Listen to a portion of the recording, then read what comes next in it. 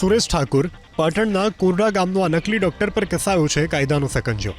Police આજે તેને પાટણની કોર્ટમાં રજૂ કર્યો. કોર્ટે તેના 5 દિવસના રિમાન્ડ મંજૂર કર્યા છે. સુરેશ ઠાકુર ઉપર આરોપ છે બાળ તસ્કરીનો. દત્તકના બાને તેણે બાળકોને વેચ્યાનો આરોપ છે. કોર્ટમાં સરકારી વકીલે દલીલ કરી કે નિસંતાન દંપતીને બાળક વેચ્યા બાદ તેને પરત લઈ અને કોણ આવ્યું, આ બાળક કોનું હતું અને તેના માતા પિતા અને હાલ આ બાળક ક્યાં છે તેની તપાસ કરવાની છે. તો બાળ તસ્કરીના આ કેસમાં શિલ્પા ઠાકોર નામની મહિલાનું નામ ખુલ્યું છે. સુરેશ ઠાકોરને બાળ તસ્કરીમાં મદદ કરવામાં શિલ્પા ઠાકોરની ભૂમિકા ખુલી છે. શિલ્પા ઠાકોર રાધનપુર તાલુકાના કામલપુર ગામની રહેવાસી છે. ખ્યાતિ હોસ્પિટલ કાંડ, જેમાં સંડોવાયેલ ડોક્ટર પ્રશાંત વજીરાણીનું લાયસન્સ કરાવ્યું છે રદ. આખરે મોડે ગુજરાત મેડિકલ કાઉન્સિલ જાગી અને ડોક્ટર પ્રશાંત વજીરાણીનું લાયસન્સ 3 વર્ષ માટે રદ કર્યું છે. જરૂરિયાત ન હોવા છતાં દર્દીઓની છાતી ચીરી ડોક્ટર પ્રશાંત વજીરાણીએ સ્ટેન્ટ મૂક્યા હતા.